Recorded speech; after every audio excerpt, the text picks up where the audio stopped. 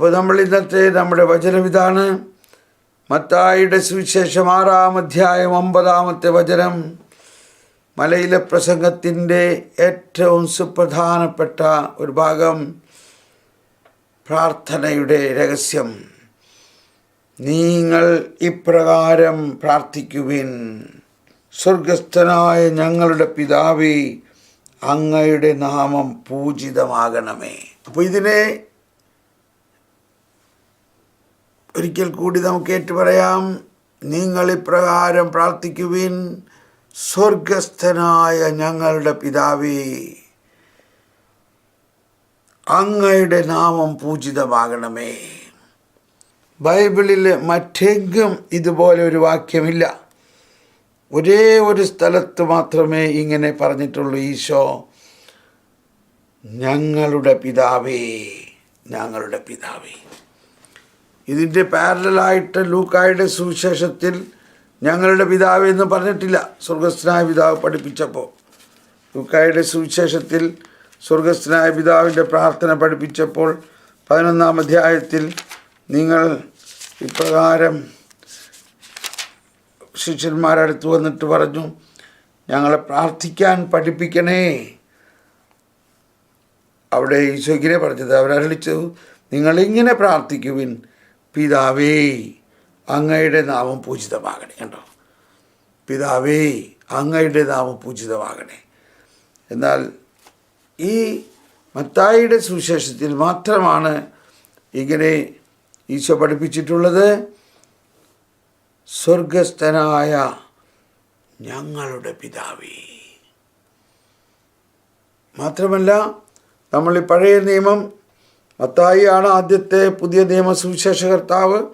അതിനു മുമ്പ് ബൈബിളിൽ പഴയ നിയമത്തിലെങ്ങും ദൈവത്തെ പിതാവേ എന്നാരും വിളിച്ചിട്ടില്ല. 1-2 സ്ഥലത്ത് ഒരു ധ്വനിയുണ്ടെങ്കിലും അങ്ങനെ ആരും പ്രാർത്ഥിച്ചിട്ടില്ല.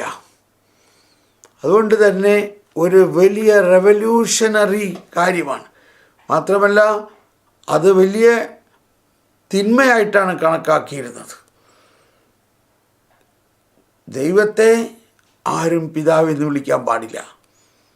അങ്ങനെയാണ് ഫരിസേയരും നിയമജ്ഞരും കണക്കാക്കിയിരുന്നത്. എന്നാൽ ഒരു യഹൂദനായ ഈശോ എപ്പോഴും, ഈശോയ്ക്ക് അല്ലാണ്ട് പ്രാർത്ഥിക്കാൻ പറ്റില്ല. കാരണം ഈശോ പിതാവിൻ്റെ മകനാണ്. ഈശോ എപ്പോഴും പ്രാർത്ഥിക്കണത് അപ്പച്ചാ, അബാ, അബാ എന്നുള്ള ആ ഒരു വലിയ സ്നേഹത്തോടെയാണ് ഈശോ പ്രാർത്ഥിച്ചിരുന്നത്. അതിൻ്റെ വ്യാഖ്യാനമായിട്ട് വിശുദ്ധ തോമസ് അക്വിനാസ് പറയുന്നതാണ്: വിശ്വാസികൾക്ക് ഉപദേശം നൽകുന്ന പല നിർദ്ദേശങ്ങളും ദൈവിക പാഠങ്ങളും അവിടെ നിന്ന് പഠിപ്പിച്ചു. ചുരുങ്ങിയ വാക്കുകൾ കൊണ്ടുള്ള പ്രാർത്ഥനാരൂപവും അവിടെ നിന്ന് നിർമ്മിച്ചു. ലഘു പ്രാർത്ഥന കൊണ്ട് അവിടെ നിന്ന് നൽകുമെന്ന ആത്മധൈര്യം നമുക്ക് നൽകുന്നു. അതാണ് കാരണം.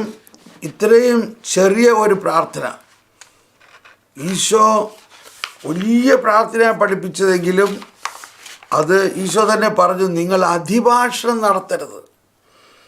നിങ്ങളുടെ ഒരുപാട് വാക്കുകളല്ല പ്രാർത്ഥനയെ ശക്തിപ്പെടുത്തുന്നത്. അതാണ്. അതുകൊണ്ട് തന്നെ വളരെ സംക്ഷിപ്തത്തിലുള്ള പ്രാർത്ഥനയാണ്. സംക്ഷിപ്തത്തിൽ. എന്നാൽ പ്രാർത്ഥനയെ സംബന്ധിച്ച് ഏറ്റവും ഗഹനവും ഏറ്റവും അഭിഷേകവും ഏറ്റവും ശക്തവുമായ പ്രാർത്ഥനയാണ് സ്വർഗസ്ഥനായ ഞങ്ങളുടെ പിതാവേ. ഒരുപാട് കാര്യങ്ങൾ എൻ്റെ മനസ്സിലേക്ക് വരികയാണ്. അപ്പോൾ ഇവിടെയും അതുകൂടി വായിക്കാം.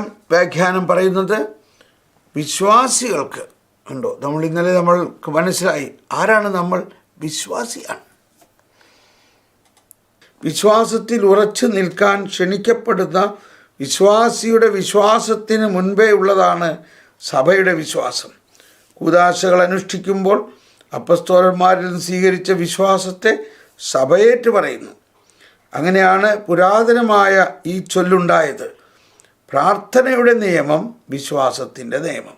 അതാണ് ലെക്സ് ഒറാൻഡി ലെക്സ് ക്രെഡൻഡി. പ്രാർത്ഥനയുടെ നിയമം വിശ്വാസത്തിൻ്റെ നിയമത്തെ സ്ഥാപിക്കുന്നു. പ്രാർത്ഥനയുടെ നിയമം വിശ്വാസത്തിൻ്റെ നിയമമാണ്. സഭ പ്രാർത്ഥിക്കുന്നത് പോലെ വിശ്വസിക്കുന്നു. അതാണ്. അത് ശരിക്കും നമുക്ക് മനസ്സിലാകും. ഒരാൾ പ്രാർത്ഥിക്കണ കേട്ട് കഴിഞ്ഞാൽ നമുക്ക് കൃത്യമായിട്ട് മനസ്സിലാകും അവൻ ഏത് നാട്ടുകാരനാണ്, അവൻ ഏത് ധ്യാന കേന്ദ്രവുമായിട്ടാണ് ബന്ധപ്പെട്ടിരിക്കുന്നത്, അവൻ ഏത് കത്തോലിക്ക ഭാഗത്തിൽപ്പെട്ടവരാണ്, അല്ലെങ്കിൽ ഏത് വിശ്വാസ സമൂഹത്തിലുള്ളവരാണ്. ഇപ്പോൾ പെന്തക്കോസ്തക്കാരൻ്റെ പ്രാർത്ഥനയും കത്തോലിക്കൻ്റെ പ്രാർത്ഥനയും കേട്ടാൽ ഉടനെ മനസ്സിലാവില്ലേ? അതുപോലെ അവൻ്റെ വിശ്വാസത്തിൻ്റെ അടിസ്ഥാനം എന്താണ്, കംപ്ലീറ്റ് ഒരു 5 മിനിറ്റ് കൊണ്ട് കാര്യം മനസ്സിലാവും. Lex orandi lex credendi. പ്രാർത്ഥനയുടെ നിയമം വിശ്വാസത്തിൻ്റെ നിയമം. ഒരുവൻ്റെ വിശ്വാസം അവൻ പ്രാർത്ഥിക്കുന്ന പോലെയാണ്. ഈശോ ആദ്യം തന്നെ പഠിപ്പിക്കുകയല്ലേ, പ്രാർത്ഥിക്കാൻ അങ്ങ് പഠിപ്പിക്കുകയാണ്. ഈശോ തന്നെ പഠിപ്പിക്കുകയാണ്. അത് വേറെ ഒരു പ്രാർത്ഥനയുമല്ല, ഈശോ തന്നെ പ്രാർത്ഥിക്കുന്ന പ്രാർത്ഥനയും ഈശോയോടൊപ്പം പ്രാർത്ഥിപ്പിച്ചുകൊണ്ട് എന്നിട്ട് ഈ പ്രാർത്ഥനയെ നമ്മൾ അവഗണിക്കുകയോ ഈ പ്രാർത്ഥനയെ നമ്മൾ അവഗണിക്കുകയാണെങ്കിലുള്ള അവസ്ഥ ഒന്ന് ആലോചിച്ച് നോക്കിയേ. കർത്താവിൻ്റെ പ്രാർത്ഥന എന്നാണ് ഈ സ്വർഗസ്ഥനായ പിതാവിൻ്റെ പ്രാർത്ഥനയ്ക്ക് പറയുന്ന മറ്റൊരു പേര് കർത്തൃപ്രാർത്ഥന, കർത്താവിൻ്റെ പ്രാർത്ഥന. ചില വിഭാഗക്കാർ ഇതിനെ കർത്താവിൻ്റെ പ്രാർത്ഥന എന്ന് പറയാറില്ല. അവർ പറയും കർത്താവിൻ്റെ പ്രാർത്ഥന യോഹന്നാൻ 17-ാം അധ്യായമാണ് കർത്താവ് പ്രാർത്ഥിച്ചത്. പക്ഷേ നമ്മൾ അത് കർത്താവിൻ്റെ പൗരോഹിത്യ ശുശ്രൂഷയുടെ ഭാഗമായിട്ടുള്ളൊരു പ്രാർത്ഥനയാണ്. നമ്മൾ മനസ്സിലാക്കുന്നത് സ്വർഗസ്ഥനായ പിതാവേ എന്നുള്ള പ്രാർത്ഥന കർത്താവിൻ്റെ പ്രാർത്ഥന എന്നാണ്. 2765 പരമ്പരാഗതമായി ഉപയോഗിക്കുന്ന കർത്തൃപ്രാർത്ഥന, കർത്താവിൻ്റെ പ്രാർത്ഥന എന്ന പ്രയോഗത്തിൻ്റെ അർത്ഥം ഇതാണ്: നമ്മുടെ പിതാവിനോടുള്ള പ്രാർത്ഥന കർത്താവായ യേശു പഠിപ്പിച്ചു തന്നതാണ്. നമ്മുടെ പിതാവിനോടുള്ള പ്രാർത്ഥന കർത്താവായ യേശു പഠിപ്പിച്ചു തന്നതാണ്. യേശുവിൽ നിന്ന് നമുക്ക് ലഭിച്ച ഈ പ്രാർത്ഥന യഥാർത്ഥമായും അനന്യമാണ്. കണ്ടോ, അനന്യമാണ്. ഇതിനെ വെല്ലാൻ, ഇതിന് പാരലായിട്ട് വേറെ ഒരു പ്രാർത്ഥന ഇല്ല. ഇത് നമ്മൾ ശരിക്കും അടിവരയിടേണ്ട ഒരു കാര്യമാണ്. അത് കർത്താവിൻ്റേതാണ്. ഒരു വശത്ത് ഈ പ്രാർത്ഥനയുടെ വാക്കുകളിൽ ഏകപുത്രൻ പിതാവിൽ നിന്ന് സ്വീകരിച്ച വാക്കുകൾ നമുക്ക് നൽകുന്നു. അതാണ് ദൈവവചനം. ഏകപുത്രൻ പിതാവിൽ നിന്ന് സ്വീകരിച്ച വാക്കുകൾ നമുക്ക് നൽകിക്കൊണ്ട്, നീ ഈ വാക്കങ്ങ് പറഞ്ഞാൽ മതി മോനെ. അപ്പം അത് കേൾക്കുമ്പോൾ തന്നെ പിതാവ് ഉടനെ മനസ്സിലായ ഇതെൻ്റെ മോനല്ലേ പറയണേ, അവൻ്റെ വാക്കാണല്ലോ, എടാ മോനെ. ഉടനെ അവിടെ രജിസ്റ്ററായി പിതാവിന്. കാരണം പിതാവിൽ നിന്ന് സ്വീകരിച്ച വാക്ക് ഈശോയിലേക്ക് വന്നിരിക്കുന്നു. പിതാവും ഈശോയും തമ്മിലുള്ള ഒരു അണ്ടർസ്റ്റാൻഡിങ് ആണത്. പിതാവിൽ നിന്ന് ഈശോയ്ക്ക് ലഭിച്ച ഒരു ഫോർമുല. ആ ഫോർമുല ഇതൊരു ഫോർമുലയല്ല, ഇത് ആ പിതാവിൻ്റെ ഹൃദയത്തിലെ വാക്കുകളാണ്. പിതാവിൻ്റെ ഹൃദയത്തിൻ്റെ വാത്സല്യത്തെ പ്രസരിപ്പിക്കുന്ന ഈ വാക്കുകൾ ഈശോയ്ക്ക് വേണ്ടി മാത്രം കൊടുത്തിട്ടുള്ളതായിരുന്നു. അത് ഈശോ സമയത്തിൻ്റെ പൂർണ്ണതയിൽ നമ്മളെല്ലാവർക്കുമായിട്ട് തന്നിരിക്കുകയാണ്. അതുകൊണ്ടാണ് ഇത് ദൈവവചനമാണ്. ദൈവവചനം തന്നെ പ്രാർത്ഥനയായി പ്രാർത്ഥിക്കുന്നു. അതാണ് സ്വർഗസ്ഥനായ പിതാവേ എന്ന പ്രാർത്ഥന ദൈവം പുത്രന് കൊടുത്തിരിക്കുന്ന വാക്കുകളാണ്. ആ വാക്കുകൾ നമ്മളിലൂടെ ഉദ്ധരിക്കുമ്പോൾ പിതാവ് ഉടനെ രജിസ്റ്റർ ആകുന്നു, ഓട്ടോമാറ്റിക്കലി അതവിടെ സിങ്ക് ആകുന്നു. പിതാവിന് പ്രത്യേകിച്ച് ഒന്നും നോക്കേണ്ട ആവശ്യമില്ല. അതെൻ്റെ പുത്രന് കൊടുത്തേക്കണ ഒരു സ്പെഷ്യൽ ചെക്കാണ്, സ്പെഷ്യൽ സാങ്ഷനാണ്. അതാര് കൊണ്ടുവന്നോ അവനതിൻ്റെ അനുഗ്രഹം കിട്ടും. അതാണ് ഒരു വശത്ത് ഈ പ്രാർത്ഥനയുടെ വാക്കുകളിൽ ഏകപുത്രൻ പിതാവിൽ നിന്ന് സ്വീകരിച്ച വാക്കുകൾ നമുക്ക് നൽകുന്നു. യേശുവാണ് നമ്മുടെ പ്രാർത്ഥനയുടെ ഗുരു. കണ്ടോ, നമ്മുടെ പ്രാർത്ഥനയുടെ ഗുരു. Jesus is our teacher. Jesus is our teacher. You have only one teacher. നമ്മൾ പ്രാർത്ഥനയ്ക്കൊരു ഗുരുവുണ്ട്. എല്ലാം നമ്മളെ ഗുരുമുഖത്തു നിന്ന് പഠിക്കണം. അതാണ് പഴയ നിയമത്തിലെ ഒരു പ്രാർത്ഥനയും നമ്മൾ പ്രാർത്ഥിക്കാൻ കടപ്പെട്ടവരല്ല. അതിപ്പോൾ പ്രാർത്ഥിച്ച് വിചാരിച്ച് ദൂഷ്യമൊന്നുമില്ല. പക്ഷെ നമ്മുടെ ഗുരു നമ്മളോട് പറഞ്ഞിട്ടില്ല അത് പ്രാർത്ഥിക്കാൻ. അതുകൊണ്ട് നമ്മളെ ഈ പഠിക്കുന്ന ആളുകൾ ഇത് കൃത്യമായി അനുസരിക്കണം. നമുക്കൊരു ഗുരുവുണ്ട്. നമ്മൾ അനാഥരല്ല. നമ്മളെ ഒരു ഗുരുമുഖത്ത് നിന്ന് നമ്മൾ ചില കാര്യങ്ങൾ പഠിച്ചിട്ടുണ്ട്. അത് ആ ഗുരു കേൾക്കാൻ താല്പര്യപ്പെടുന്നു. അതുപോലെ ഒരുമിച്ച് പ്രാർത്ഥിക്കാൻ. അപ്പോൾ യേശുവാണ് നമ്മുടെ പ്രാർത്ഥനയുടെ ഗുരു. മറുവശത്ത് മനുഷ്യാവതാരം ചെയ്ത വചനം തൻ്റെ മനുഷ്യരായ സഹോദരീ സഹോദരന്മാരുടെ ആവശ്യങ്ങൾ അറിയുകയും മനുഷ്യരായ സഹോദരീ സഹോദരന്മാരുടെ ആവശ്യങ്ങൾ അറിയുകയും അവയെ നമുക്ക് വെളിപ്പെടുത്തുകയും ചെയ്യുന്നു.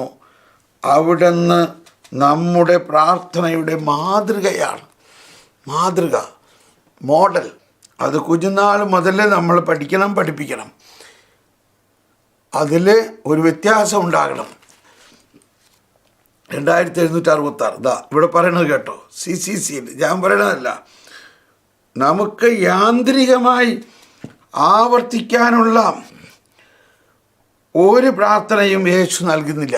കണ്ടോ, യാന്ത്രികമായി. It is not a formula to be repeated mechanically എന്നാണ് എഴുതിയേക്കുന്നത്. നമുക്ക് യാന്ത്രികമായി ഉരുവിടാനുള്ള ഒരു ഫോർമുലയല്ല തന്നേക്കണേ.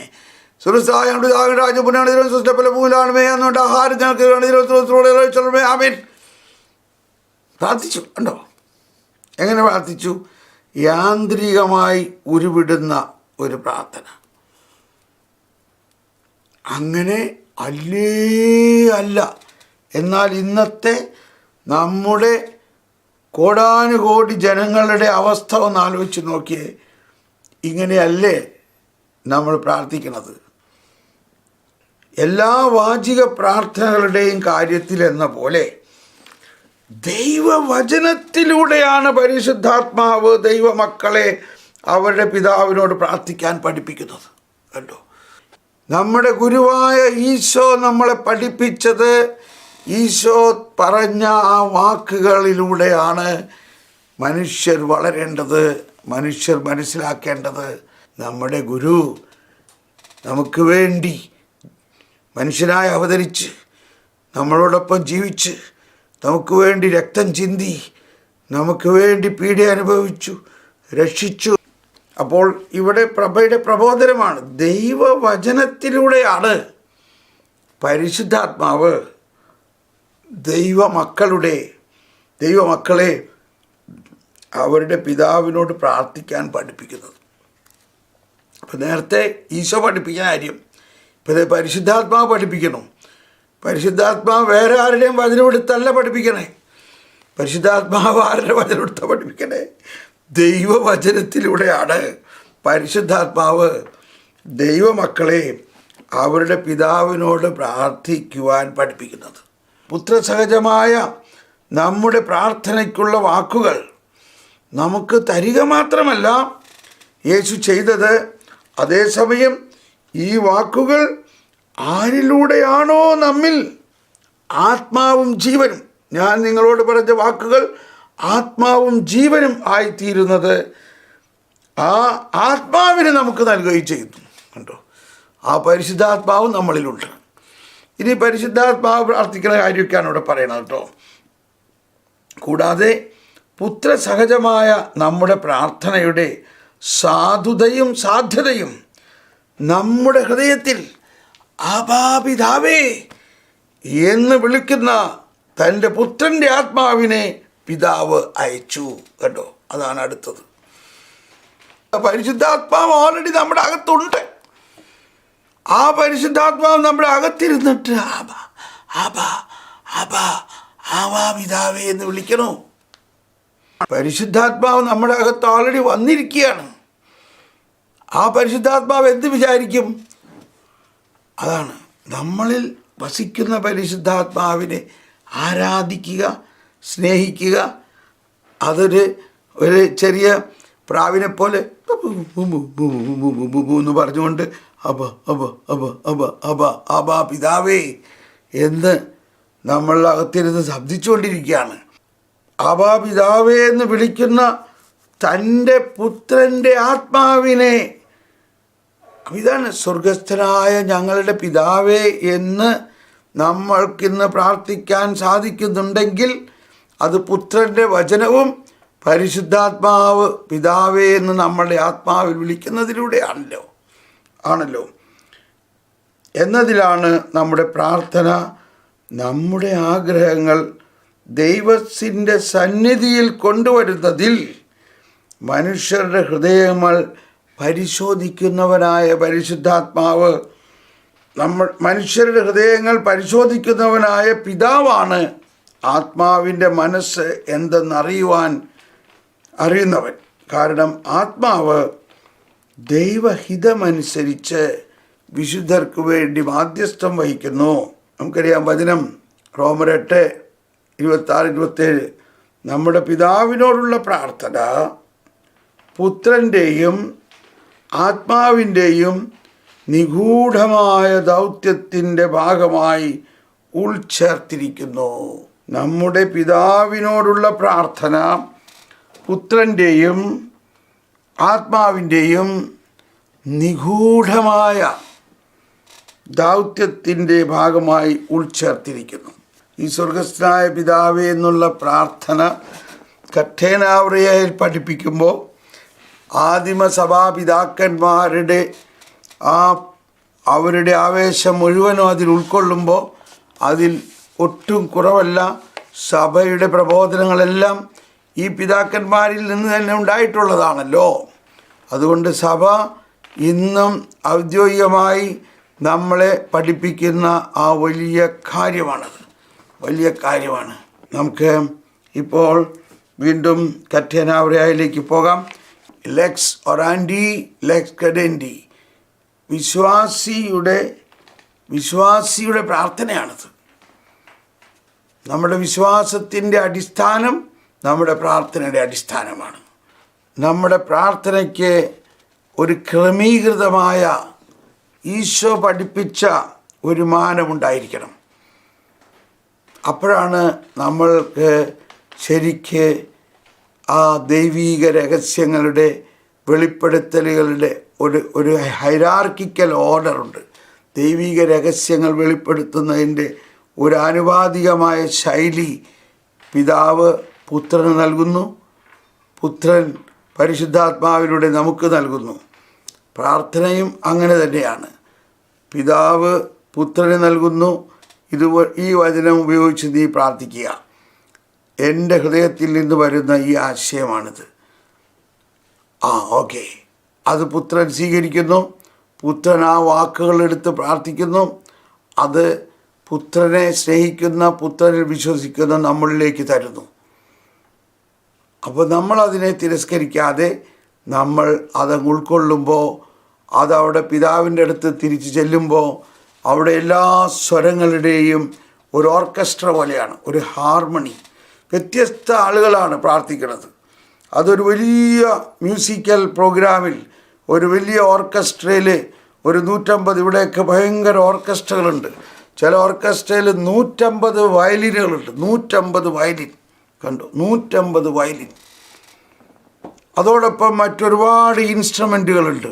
എന്നാൽ അതങ്ങ് തുടങ്ങിക്കഴിയുമ്പോൾ ആ കണ്ടക്ടറിൻ്റെ, ആ ഓർക്കസ്ട്ര നയിക്കുന്ന ആളുടെ ആ ഓരോ സ്പന്ദനം അനുസരിച്ച് ഇതെല്ലാം ഒരേ താളത്തിൽ അങ്ങ് ശബ്ദിക്കുന്നു. പിതാവിൻ്റെ ഹൃദയത്തിൻ്റെ സന്തോഷം ഒന്ന് ആലോചിച്ച് നോക്കി. അപ്പം അങ്ങനെയാണ് നമ്മൾ വിവിധ വ്യക്തികളാണെങ്കിലും നമ്മളുടെ ശബ്ദത്തിന് വിവിധ ശബ്ദമാണെങ്കിലും അത് പിതാവ് പുത്രന് കൊടുത്ത ആ ഒറ്റ വചനം എല്ലാവരും ഒരുപോലെ ഏറ്റു പറയുമ്പോൾ അത് വലിയ ഒരു സിംഹണിയായിട്ട് മാറുന്നു. അപ്പോൾ അതിൻ്റെ സമയത്ത് അതിൻ്റെ ഇടയ്ക്ക് വേറെ ആരെങ്കിലും വേറൊരു താളത്തിൽ വായിക്കുകയാണെങ്കിൽ എന്തൊരു മോശമാവുന്നത് അല്ലേ? എന്ന മാതിരിയാണ് നമ്മളെല്ലാവരും ഒരേ രീതിയിൽ, ഒരേ വചനത്തിൽ, ഒരേ താളത്തിൽ പ്രാർത്ഥിക്കാൻ ഈശോ ആവശ്യപ്പെടുന്ന സമയത്ത് കുറേ പേര് ആ ഈശോ പറഞ്ഞ പ്രാർത്ഥന വിട്ടിട്ട് വേറെ ഏതെങ്കിലും പ്രൈവറ്റായിട്ടുള്ള പ്രാർത്ഥനകൾ പ്രാർത്ഥിക്കുമ്പോൾ അത് ഒരു സുഖമാവുന്നില്ല, അവിടെ ഒരു ഐക്യം വരുന്നില്ല. യെസ്. അപ്പോൾ ഇവിടെ നമ്മളെ വിശുദ്ധ സിപ്രിയാൻ പിതാവാണ് ആദ്യം പഠിപ്പിക്കുന്നത്. ജീവിക്കാൻ പഠിപ്പിച്ച അവിടുന്ന് പ്രാർത്ഥിക്കാൻ നമ്മളെ പഠിപ്പിച്ചു. ആണോ?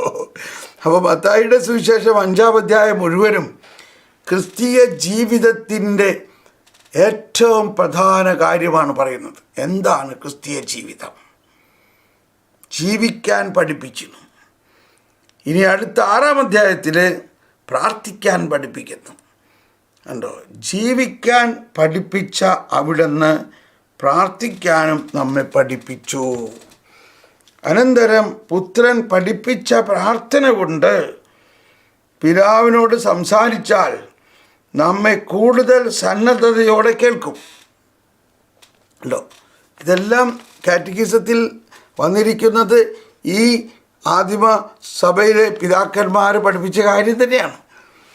പുത്രൻ പഠിപ്പിച്ച പ്രാർത്ഥന കൊണ്ട് പിതാവിനോട് സംസാരിച്ചാൽ നമ്മെ കൂടുതൽ സന്നദ്ധതയോടെ കേൾക്കും. എന്ന് പറഞ്ഞാൽ പ്രത്യേകിച്ച് സന്നദ്ധത ആവശ്യമില്ല. പിതാവിൻ്റെ ഹൃദയത്തിനും ചെവിക്കും വളരെ സുപരിചിതമായൊരു ഭാഷയാണത്. അതുകൊണ്ട് ആ പ്രാർത്ഥനയ്ക്കനുസരിച്ച് എന്തെല്ലാം കൊടുക്കാൻ പിതാവ് നേരത്തെ പ്ലാൻ ചെയ്തിട്ടുണ്ടോ അത് താനേ നമ്മിലേക്ക് അങ്ങ് വരികയാണ് ചെയ്യണത്. സുഹൃത്തുക്കളും പരിചയക്കാരും ദൈവത്തിന് കൊടുക്കേണ്ടത് കൊടുക്കാൻ പ്രാർത്ഥിക്കുന്നത് പോലെയാണ്. സുഹൃത്തുക്കളും പരിചയക്കാരും ദൈവത്തിന് കൊടുക്കേണ്ടത് കൊടുക്കാൻ പ്രാർത്ഥിക്കുന്നത് പോലെയാണ്. നമ്മുടെ പ്രാർത്ഥന സമർപ്പിക്കുമ്പോൾ പുത്രൻ്റെ വാക്കുകൾ പിതാവ് തിരിച്ചറിയട്ടെ. എന്ത് മനോഹരമാണ്! പുത്രൻ്റെ വാക്കുകൾ പിതാവ് തിരിച്ചറിയട്ടെ. പുത്രൻ്റെ വാക്കുകൾ പിതാവ് തിരിച്ചറിയട്ടെ. പുത്രൻ്റെ വാക്കുകൾ പിതാവ് ആരിലൂടെ തിരിച്ചറിയട്ടെ? നമ്മുടെ വാക്കുകളിലൂടെ. എങ്ങനെയാണെങ്കിൽ പുത്രന് കൊടുത്തിരിക്കുന്ന വാക്കുകൾ പുത്രൻ നമുക്ക് തന്നതനുസരിച്ച് നമ്മൾ പിതാവിലേക്ക് സമർപ്പിക്കുമ്പോൾ പുത്രൻ്റെ വാക്കുകൾ പിതാവ് തിരിച്ചറിയട്ടെ. നമ്മൾ പാപം ചെയ്യുമ്പോൾ നമുക്ക് വേണ്ടി പിതാവിനോട് വാദിക്കുന്ന അഡ്വക്കേറ്റായി അവിടെ നിന്നുണ്ടെന്ന് കാണട്ടെ. ഇപ്പോൾ നമ്മളിപ്പോൾ പശ്ചാത്തപിച്ച് പ്രാർത്ഥിക്കുകയാണ്, ഞങ്ങളുടെ പാപങ്ങൾ ക്ഷമിക്കണേ എന്നെല്ലാം പ്രാർത്ഥിക്കുമ്പോൾ നമ്മുടെ അഡ്വക്കേറ്റ് അവിടെ ഉണ്ട്. 2 അഡ്വക്കേറ്റുമാർ നമുക്കുണ്ട്. ആ 2 അഡ്വക്കേറ്റുമാരും നമുക്ക് വേണ്ടി പിതാവിൻ്റെ അടുത്ത് ഹാജരുണ്ട്. നമ്മൾ പാപം ചെയ്യുമ്പോൾ നമുക്ക് വേണ്ടി പിതാവിനോട് വാദിക്കുന്ന അഡ്വക്കേറ്റ് ആയി അവിടെ നിന്നുണ്ടെന്ന് കാണട്ടെ. നമ്മുടെ അഡ്വക്കേറ്റിൻ്റെ വാക്കുകൾ നമുക്ക് പറയാം. അതാണ് അഡ്വക്കേറ്റ് തന്നെ തന്നേക്കണ വാക്കുകളാണ്. അപ്പോൾ നമ്മുടെ അഡ്വക്കേറ്റും നമ്മളും തമ്മിൽ ഒരു ആശയക്കുഴപ്പമൊന്നും ഉണ്ടാകുന്നില്ല. നമ്മുടെ അഡ്വക്കേറ്റ് പറയുന്ന കാര്യം തന്നെ നമ്മളും പറയുന്നു. അപ്പോൾ പിതാവിന് ഒരു ബുദ്ധിമുട്ടുമില്ല. ഉടനെ നമ്മുടെ കേസ് പിതാവ് പരിഗണിക്കുന്നു, നമ്മളുടെ അനുഗ്രഹം ലഭിക്കുന്നു. പാപികളെന്ന നിലയിൽ നമ്മുടെ മുറ്റങ്ങളെപ്പറ്റി മാപ്പ് ചോദിക്കുമ്പോൾ എല്ലാ സ്വർഗസ്ഥനായ പിതാവിൻ്റെയും കേന്ദ്ര ബിന്ദുവിലൊരു പ്രാർത്ഥനയാണ്, ഞങ്ങളോട് തെറ്റ് ചെയ്തവരോട് ഞങ്ങൾ ക്ഷമിക്കുന്നത് പോലെ ഞങ്ങളോട് ക്ഷമിക്കണേ. അപ്പോൾ അഡ്വക്കേറ്റുമാർ രണ്ടുപേരും അത് ശരിയാണ് കേട്ടോ പിതാവേ, ഇവർ അർഹതയുള്ളതാണ്, അതൊക്കെ പാസ്സാക്കട്ടെ. യെസ്, പാസ്സായിക്കോ. രണ്ട് അഡ്വക്കേറ്റുമാരും നമുക്ക് വേണ്ടി വാദിക്കുകയാണ്. Praise the Lord.